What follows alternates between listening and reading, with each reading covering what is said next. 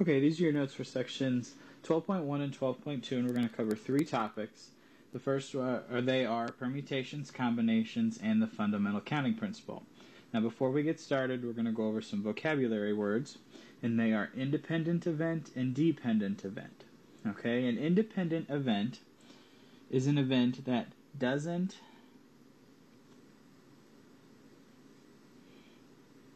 affect other events. Okay, so it stands by itself. Dependent events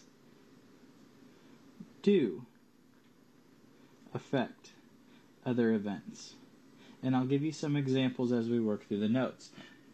Basic examples: if you roll a dice, you get one number. That's an independent event. And you roll it a second time.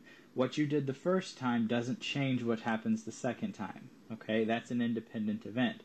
If you had a deck of cards and you pulled a card out, and then you pulled out another card, but you didn't put the one you already pulled out back in, that's a dependent event because there are less cards in the second time that you drew a card from the deck. So hopefully those are quick examples, but we'll get more in depth as we go through. Okay? First thing we're going to talk about is the fundamental counting principle, and this is an example of an independent event.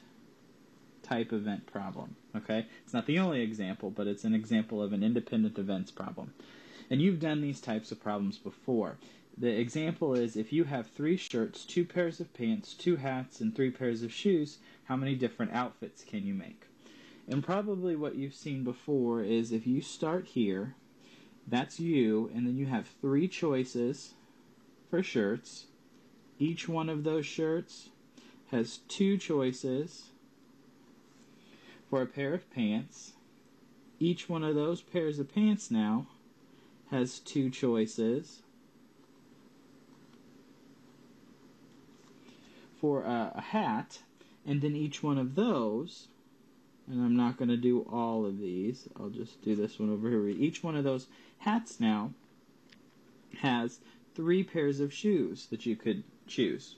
So each one of these branches at the bottom down here represents an outfit that you can make by taking this shirt, that pair of pants, that hat, and this pair of shoes. And you can continue that tree diagram for all of them, and you can count the very bottom row when you get down to the bottom, and it will tell you all of the choices. Now, that's a longer way of doing it. That's a visual way of seeing this type of problem. The easy way to do it is to say, well, I have 3 shirts, 2 pairs of pants, 2 hats, 3 pairs of shoes, and I just multiply all these together. So 3 times 2 is 6, 2 times 3 is 6, 6 times 6 is 36. So that's how many outfits I can make. Alright? That's an example of a fundamental counting principle problem. They're pretty common. You can do them with just about anything. Common examples talk about sandwiches, outfits, things like that, where you just multiply all your different options together, and then you get the total number of options that you can have for the problem. Okay, that's the fundamental counting principle.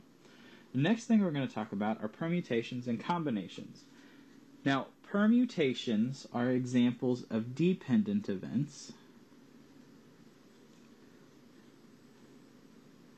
And I misspelled this, dependent events. And with permutations, what makes them dependent is the fact that order is going to be important. The order that we list something or make a group is important to the problem. And we'll get an example here in a second. But that's what makes it dependent. Is if I pick somebody for the first spot on a team, then that second person can't be the first person. Okay, the first person's the team leader. The second person has to be somebody else. So there's less people to choose from. That's what makes it dependent. Now the formula, and we can write this several different ways. Some ways show it as P, which stands for permutation, and then in parentheses N comma R, or you can see it small n, capital P, small r. Alright? N stands for the total number of people or things that you're choosing from, and R is how many you choose. Now, these are different ways to show the problem, the NPR and the P with the N and the R in parentheses. This is the actual formula. N factorial over, and then in parentheses, N minus R factorial. And we just plug in our numbers and we solve. Again, N is the total number of things you have, and R is the number that you're choosing out from the total number. Combinations are different.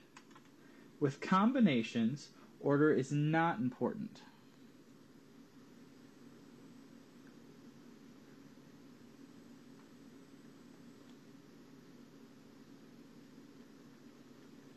All right? And your formula, about the same. These are ways to show a problem. C, N, comma, R, or N, capital C, small r. Your formula looks very similar.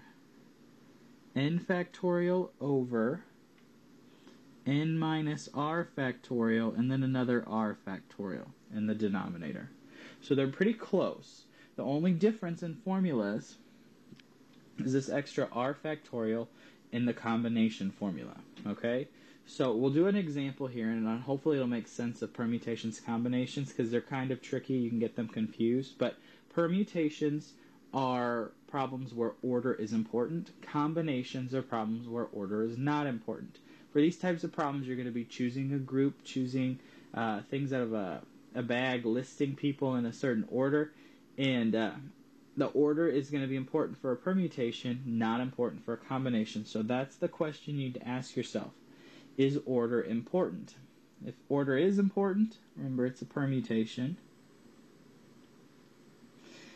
If it's not important,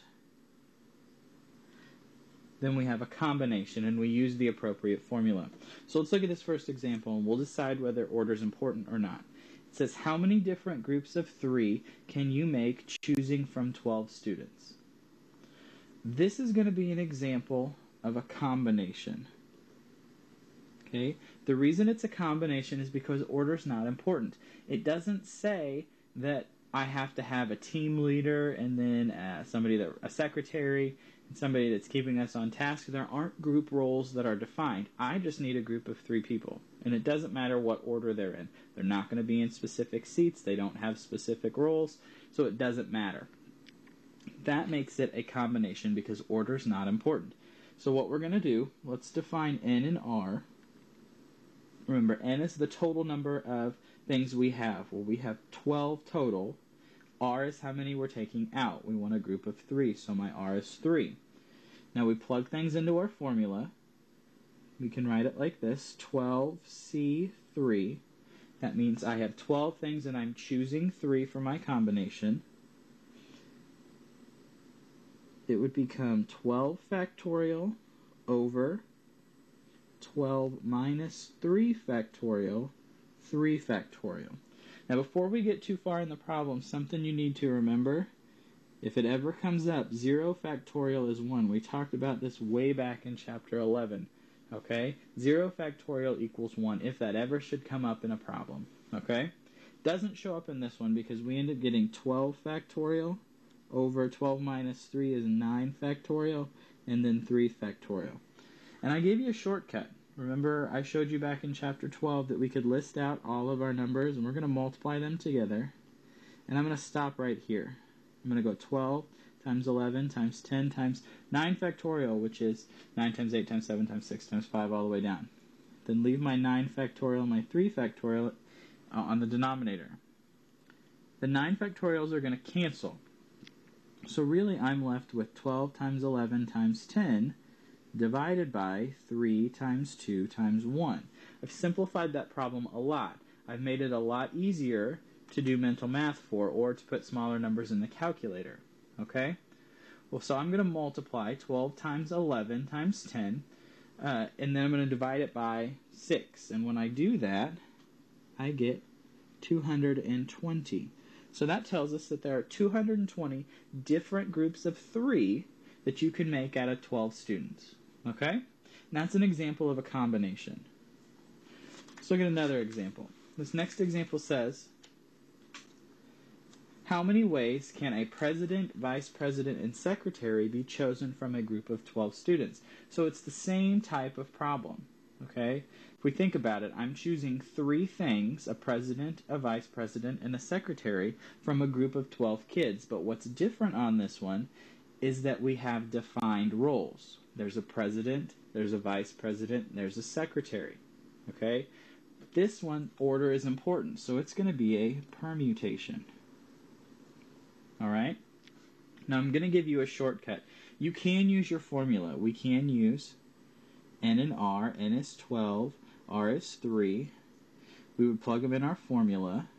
12 factorial over 12 minus 3 factorial. Remember, there's not the extra r factorial here. So 12 factorial over 9 factorial. 12 times 11 times 10 times 9 factorial over 9 factorial. Those cancel, so I'm left with 12 times 11, which ends up being 1,320 ways. Now notice that we did basically the same problem. We've got 12 in our group and we're choosing 3 out. But with a permutation, we got a lot more answers. The answer was bigger. There were more ways to make the group, and that's because order is important. With a permutation, if I have the same numbers as a combination, my permutation should always be a larger answer because order is important. Now here's a shortcut, and this may help you understand why the answer is larger. I'm going to draw 3 blanks because I'm choosing 3 things from my group of 12. Now, for my first option, which is my president, I have 12 people I can choose from. For the second option, I've already chosen one person, so I have 11 choices for the vice president because, again, one's already been chosen. For the third, my secretary, I've already chosen 2 people, so that means that there's only 10 people left. And then I just multiply these together. I get 1,320. Okay? Same thing. Now, again, the order is important here. If I'm choosing a random group, like I did for my combination, I don't care. It wouldn't matter who was president, vice president, secretary. I just need a group of 3. So, like, here's an example. If I had Sam, Jack, and Betty in my group of 3, that's the same group, whether they're sitting like this or they're sitting like this. It doesn't matter. It's all the same. Okay? And that's the difference. That's why the combinations have less, is because the same groups get repeated, but we only count them once. With a permutation, it's really important as to who's first, who's second, who's third. So we have more choices. Okay? That leads us into this next thing, differences between permutations and combinations. Well, permutation, order is important. And for a combination, it's not important. Okay? The order. Your permutation should always be, if you have the same answer or the same number, should always be larger than your combination. Because here we have repeats that don't count. Alright? Over here for our permutation, it's important who's first and who's second. So when I choose the first person, I can't have that person be second. I can't have that next person be in the third spot. Alright? So we eliminate them, and that's what makes it dependent. We're going to do a real quick example. Hopefully this will clear up any questions that you may have. It says 5 people. We've got Fred, Wilma, Barney, Betty, and Dino. How many ways can 3 of the people sit on a bench? Alright? Now, with an order to them, I'm going to show you, I'm going to list out a few of them. Well, we can have Fred, Wilma, Barney, Betty, and Dino sit on the bench. And then I can have Fred, Barney, Wilma, Betty, Dino. Now those are different. I could also have Fred, Wilma, Betty, Barney, and Dino. Each one of these is different. 1, 2, 3. I have 3 different choices. Now if I want to do my formula, I have 5 total, and I'm choosing 3 out of my group. Because again, this is order, so it's a permutation. Be 5 factorial over 5 minus 3 factorial. So 5 factorial over 2 factorial, that leaves me with 5 times 4 times 3, which makes sense because I want 3 people on the bench. There's a first spot, and I have 5 choices to fill it. I've already chosen one, so the second spot there are 4 choices. My third spot there are 3 choices, and I just multiply those together. 5 times 4 is 20, times 3 is 60. 60 ways that those people can sit on the bench. Now, without order, this is going to be our combination. 5C3. Over here, if I have Fred, I'm going to set all 5 people on the bench. Fred, Wilma, Barney, Betty, Dino. If I make them Fred, Barney, Wilma, Betty, Dino, it's still the same. The reason it's the same is there's the same 5 people sitting on the bench. Okay? If I were choosing 3, Fred, Wilma, and Dino, doesn't matter if it's Wilma, Fred, and Dino, or Dino, Fred, and Wilma, they're all the same. Because it's the same group of 3. Okay? So order's not important for this one. We do our formula, 5 factorial over 5 minus 3 factorial, and then 3 factorial. So 5 times 4 times 3 factorial, and I stopped at 3 for a reason, and then 2 factorial, 3 factorial. Stopped at 3 so my 3's will cancel, and now I have 5 times 4 over 2 times 1. Well, that's really 20 divided by 2, and I end up getting 10. So again, with my permutation, my order being important, I have more choices, more possibilities than I do if my order is not important. Now, those are your notes on permutations, combinations, in the fundamental counting principle. If you have any questions, watch the video again, see if it clears anything up. If you still have questions, then bring them to class next time.